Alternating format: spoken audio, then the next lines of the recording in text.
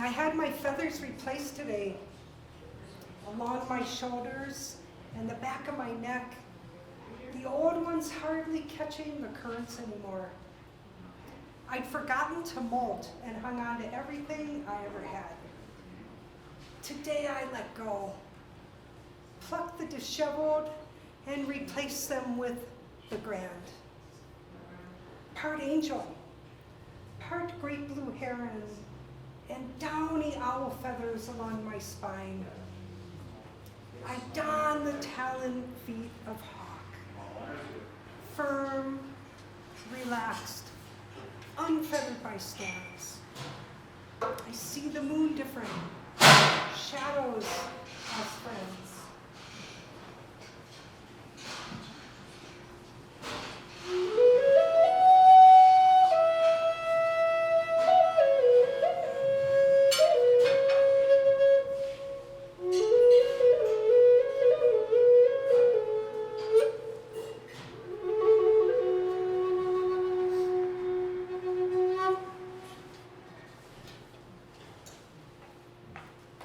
Crow courage. They came, thick, dark cloud, 7 o'clock every day. They soldiered overhead to the gathering tree, raucous, laden in black, plans drawn, reports given, orders called, loud agreement. And this is where you make crow sounds.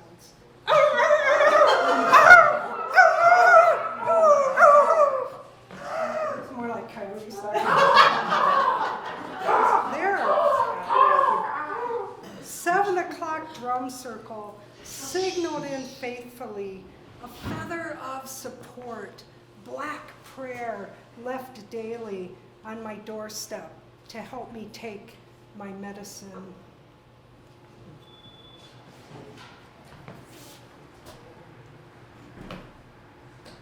One more flute riff.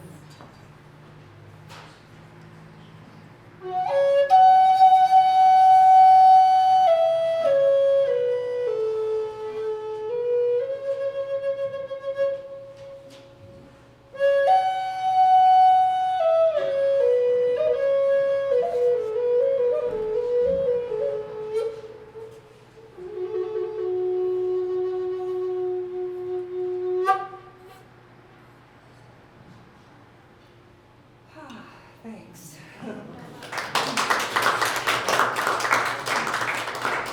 I read one time that if you're doing a reading, it's good to start with a really short poem, because then the listeners get used to your voice, and then they can hear your next poems better.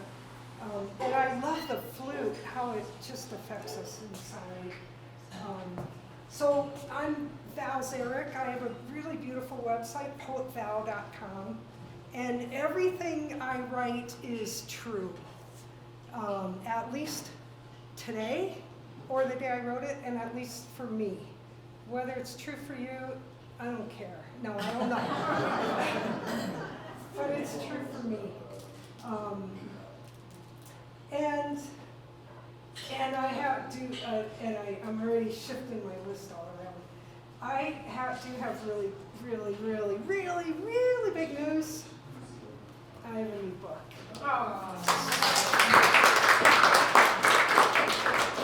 It's called Offerings, and it should be in hand by Saturday or Sunday. Unfortunately, I don't have them today. I had planned on it.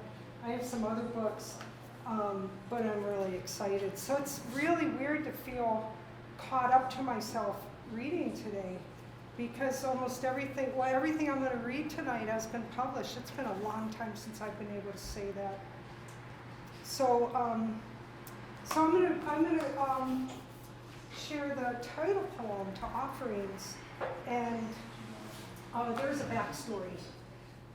I brought my recycling outside one day, and I emptied it out, and I had a brown Rubbermaid trash can, and I forgot it outside. And later I saw it, and I went to get it, and I picked it up, and I was really startled because it was hot, and rubber doesn't usually get hot. And then I noticed that the sun was streaming in it, and I said, "You're just a bucket of sunshine, aren't you?" But I love this metaphor for life, because you can say, "Am I a hot trash can, or am I a bucket of sunshine?" So you can reframe it. You can reframe it your day and have be empowered again. I walked in the kitchen and wrote this poem. Offerings. I carried a bucket of sunshine into the kitchen this morning.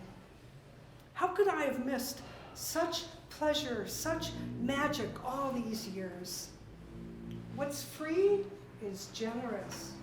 Like the daily feathers I've been receiving. I could say finding, but they are not lost. They are the shed offerings that lift into heaven from earth with the lightness of being I want to remember. I've collected a basket of moonbeams for August in honor of the month I was born. A little bird fallen from a nest, expected to walk like a human, watching the ground to not stumble, and all the secrets of magic are in the sky.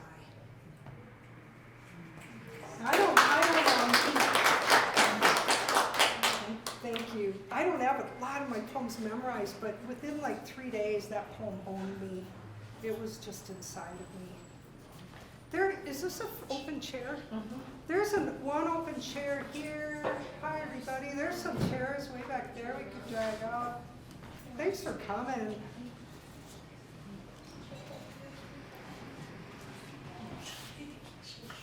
So this poem is one of my favorite forms is writing ekphrastic poetry, which is in response to art.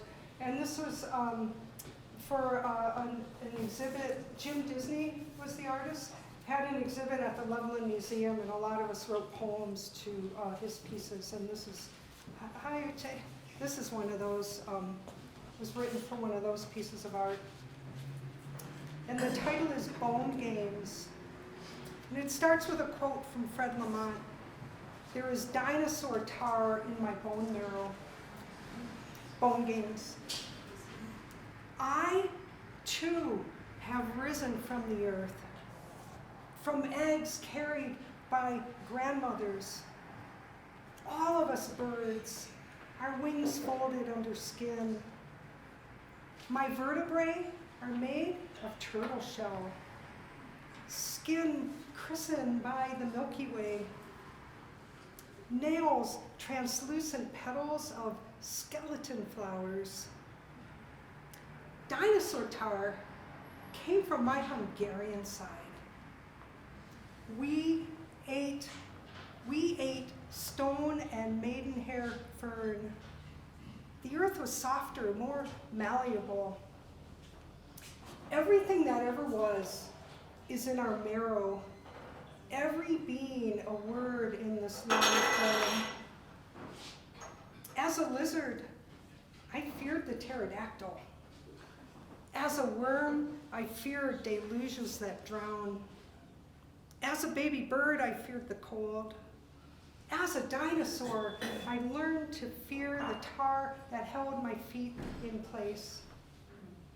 As a human, with your DNA in my bones, how can I own myself peaceful? How can I trust a cloud shadow to not be a hunter searching for me? How can I learn to trust the rain? As a being of earth, in whose consciousness do I walk? It is a miracle we are not afraid all of the time.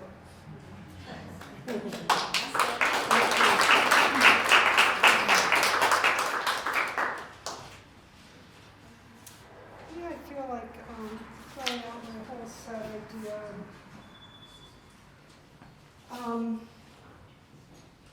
So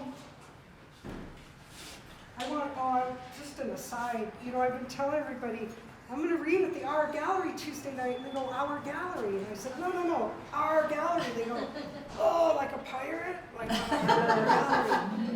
No, Our Gallery. And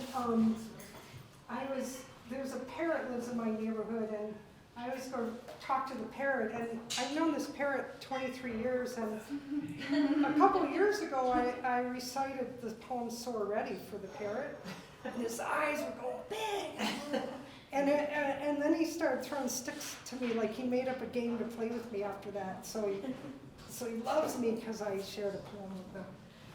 But I was talking to this parrot last summer, and the parrot goes, "Arr!" And I said, "What?" He goes, "Arr!" Parrot's voice. And he said, "Does he think he's a pirate? What's going on?" They go, "No, we had Wheel of Fortune on TV, and ever since he yells, 'Arr!'" That's the only letter he yells.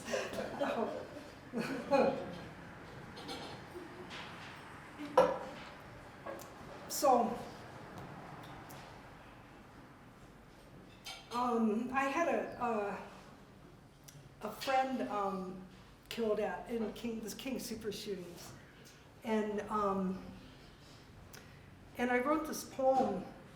I went to go to the memorial at the King Supers in Louisville. I brought 2 bunches of tulips to bring, and they didn't have a memorial there, so I realized I had to go to the fence the next day, which I had never done anything like that. And so I had these tulips in my house until the next day. And did you ever smell tulips? Oh my God, I didn't know they had a scent. Like, oh man, they are just the sweetest scent. And when it was time to go to the fence the next day, I freaked out over what I was going to do to these tulips. And I wrote this poem. I was dressed and going out the door, and came back and wrote the poem. I was in a panic. I was in that grief place. I did get to read this on Colorado Public Radio that week. Tulips. 1. My spring flowers this year are for a grave. Not a grave. A fence surrounding a grocery store. Not a grocery store. A crime scene. Not a crime scene. 10 crime scenes. A rapid fire of crime scenes in the checkout line. Not a line.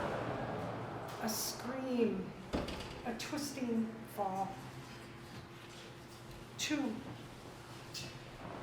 They are tulips, young and red, and everyone I try to talk to talks about guns and angry men, and the dust is still in the air like ash from a volcano. And they want to cast laws, and I do too. But today's tears will become their own bullets by tomorrow if I don't open my own lips and wail. 3, they are red and young, and I'm planning to hang them as if they've done something wrong. Leave them to shrivel on a cyclone fence, as though these deaths will be a little less painful as we watch something else die, already cut from their source. I wrap their green, open stems in paper towel and water and plastic. Thank them, plead with them to be brave, to hold strong. They have a lot of work to do. Yeah.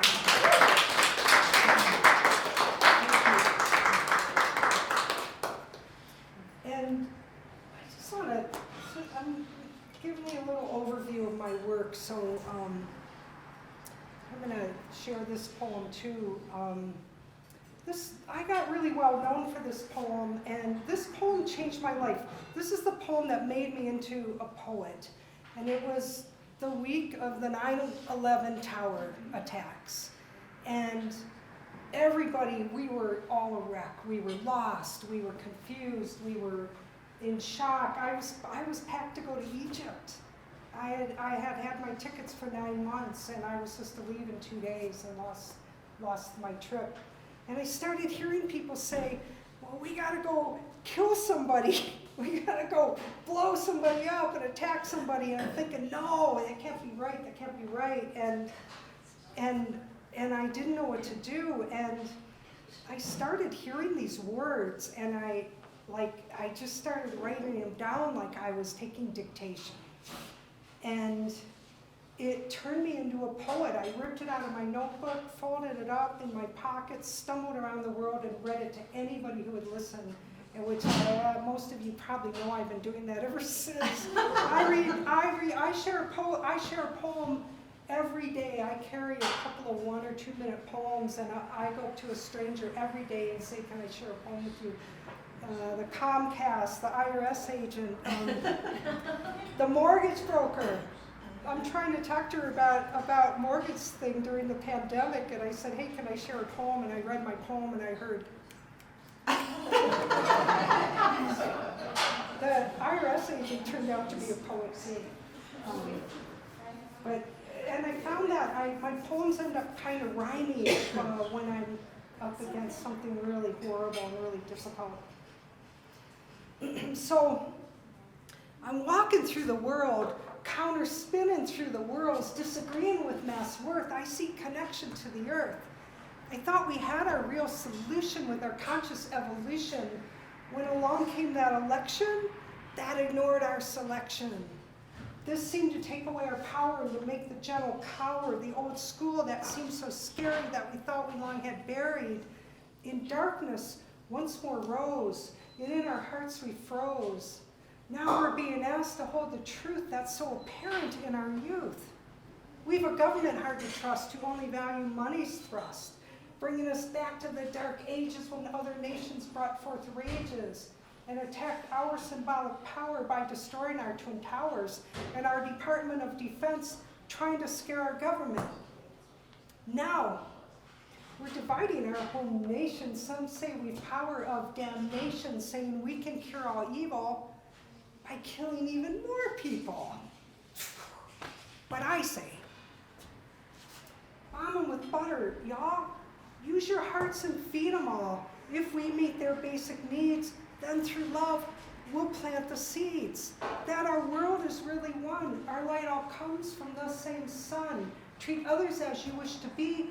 Through listening, we'll begin to see that we're the keepers of the earth, that we're related through our birth. The one created all our relations to come together as all nations and be our common invocation. To hold one dream, one thought of love, to honor each other and the ones above, to care for our mother, our sacred earth, to care for our Father who created our birth. Come on, bomb them with butter, fools, in honor of the golden rule. That in this truth, we must stand tall. That in this, I forgot my last line. What's my last line? I gotta find my last line.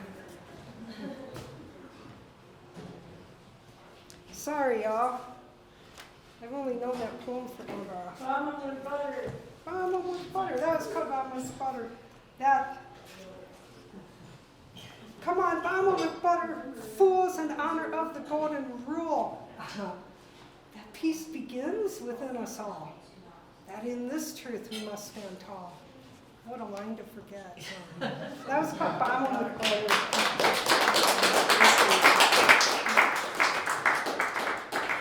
Yeah, that poem turned me into a poet. I've been writing ever since.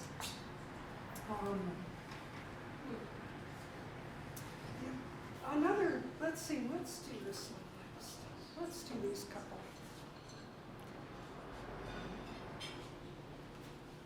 I love poetry. Don't you like poetry? Yours. It's just saved my life. It's changed me so much.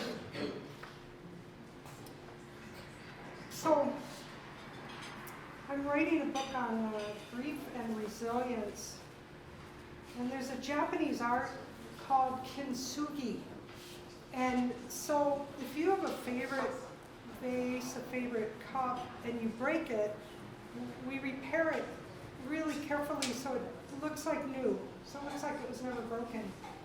The art of kintsugi is when you break something, you would repair it by mixing gold, platinum, or silver into the glue, so your repair shows.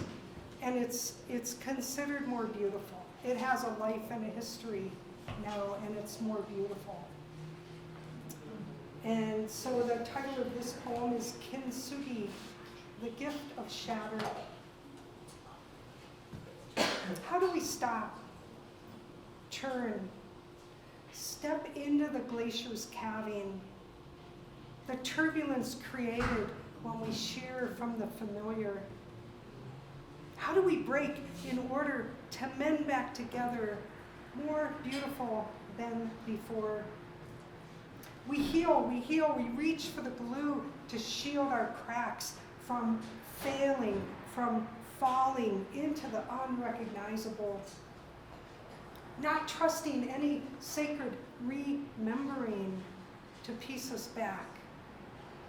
Not trusting the magic encoded within, iced over, needing fractures in order to thaw. Resilience cannot take hold without fractals of grief allowed in. Black armbands showing our embrace of night, of uncertainty. Humans are not meant for certainty and solid, but for finding again and again those beautiful mirrored lights, those hopeful stars that call us back again and again whole.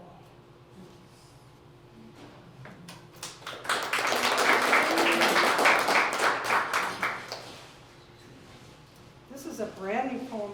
I wrote this. So this poem went to, I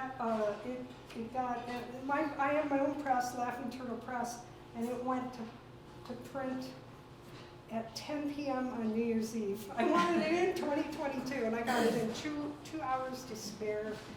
And this was the last poem that got written and made it in. Got written just a couple of days before the book went out. Days of midwinter. This is where we are, just a little past winter solstice. Made of fire, my ancestors dine on stars at Orion's table. Sirius chases a comet's tail. 7 sisters stir cauldrons, deep mysteries to ladder into our DNA. Remember, they chant, you are the light that returns, that is born and dies and is reborn each year. Remember, you are the walker, one who carries stories, who sings words into the ether for all of us who came before. Yet there is no before. There is no not here. We are the living stars, the light that returns, shines from within each of us. Remember, daughter of fire, you are the gift, the dream, the birth of the sun each day. Choose these winter nights to dream the world the way you would weave it. Fabrics of love, its horizontal weft. And those who walk beside as warp, vertical tears, laughter, gratitude, creation. Remember, daughter of fire, of light and dark, walk for us as we tend the hearts.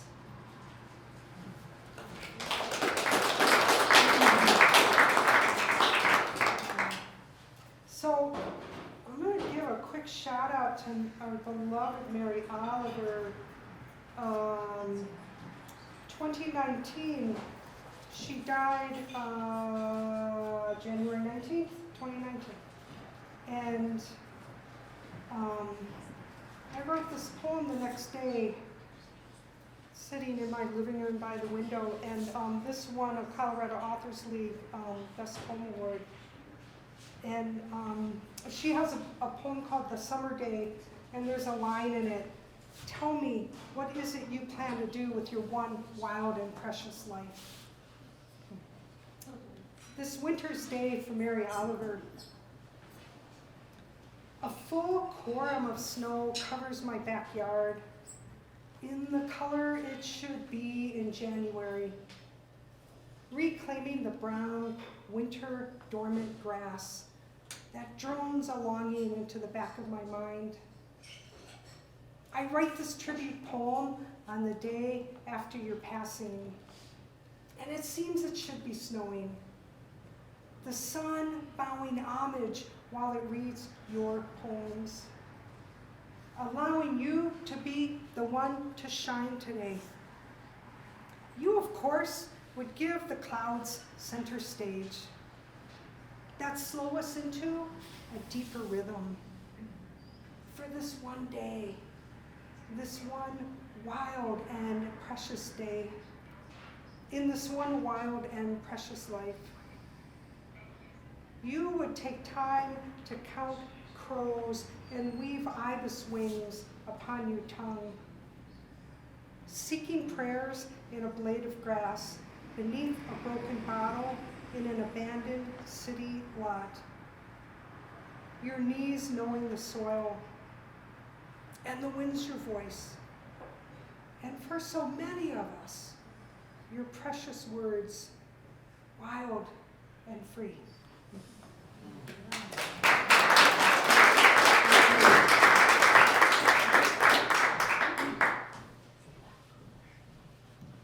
Would you like two more? Is that good? Sure. Thanks. Hey, I'm in charge here. And there's a sign-up sheet for, does anybody know, it's a white piece of paper like this. It's in the back. It's in the back. Hey. Okay, so we have more people come in, you can sign. We just keep going until everyone reads. Okay. Thanks, sorry for interrupting. I'm going to interrupt. I'm going to interrupt you. I'm going to introduce you to just this really phenomenal, wonderful musician.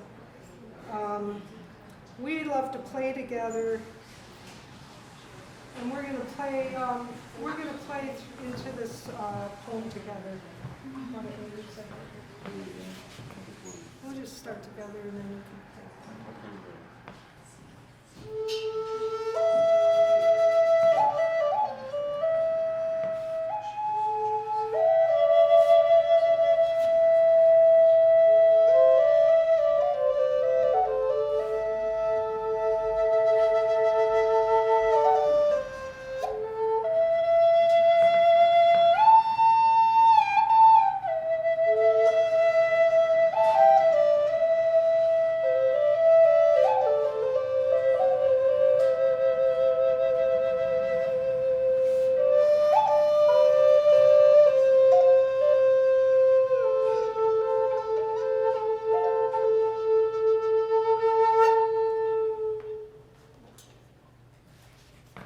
The sky sings. Andy, you can play as much as you want through this poem. Oh. The sky sings. The sky sings me home, where my grandmother's bones lace my own marrow. Ash on my fingers, soft from last night's fire. Soft from conjuring stars, mapping home. Home, not like the place to return to after my skin lays down, but that resonant river that traces my limbs, where I'm rooted, where I remember myself whole, connected, powerful, able to do more than survive. A stone from the path asks me for a carry. We share a walk for a while. I ask this elder brother how to get home, how to remember myself whole. I ask if they will remember for me and see my dreams so I never forget anymore. Brother tells me forgetting is the game. Survival, the map of losing and finding, so our hearts can crack deeper and deeper, like stones in a sweat lodge, glowing red, cold water striking their flesh. Their hearts burst, offering the way to let go and fall home again. Oh, it's not done. Every prayer should end in again. The soft ash on my fingertips, again. May I remember to look deep into the night sky, again. May I sing and write poems and light sage in the mornings, again. May I remember myself whole, again. May I say thank you even before please. May I wake up knowing. May I see my bright path from end to beginning.